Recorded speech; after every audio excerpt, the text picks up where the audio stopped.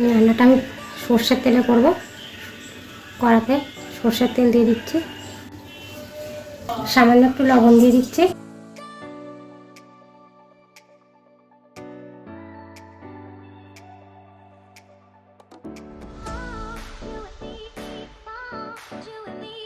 এখানে 2 চামচ পোস্ত, 1 চামচ সাদা তিল, 4টে কাঁচা লঙ্কা আর 3-4টে কাজু বাদাম একসঙ্গে পেস্ট করে নিচ্ছি।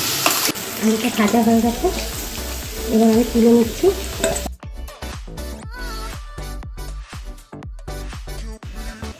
আমি এই তেলের মধ্যে আর তেল দেবো না, এই তেলের মধ্যে কালো জিরে ফোড়ন দিয়ে দিচ্ছি আর একটা কাঁচা লঙ্কা,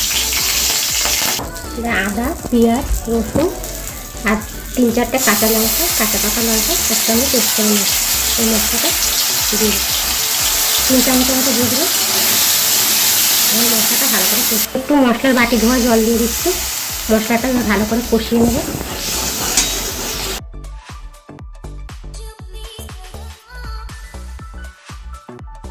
দিচ্ছি সামান্য একটু কাশ্মীরি লঙ্কা দিয়ে।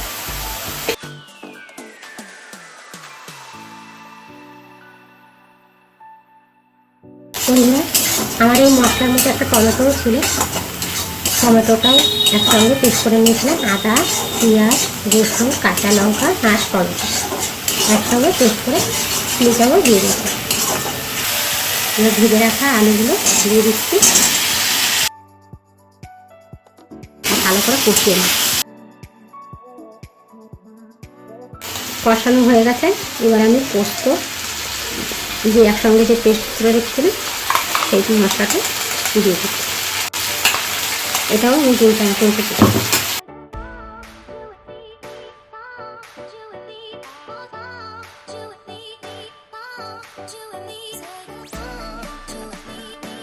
এবার আমি সামান্য আর একটু লবণ দিয়ে দিচ্ছি,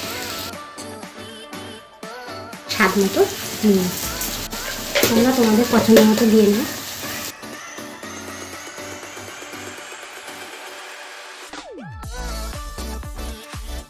এবার আমি একটু গরম জল দিয়ে দিচ্ছি,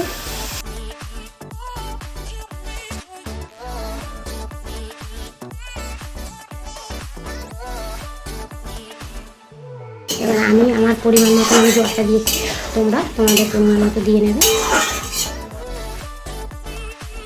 একটু সর্ষের তেল দিয়ে দিচ্ছি,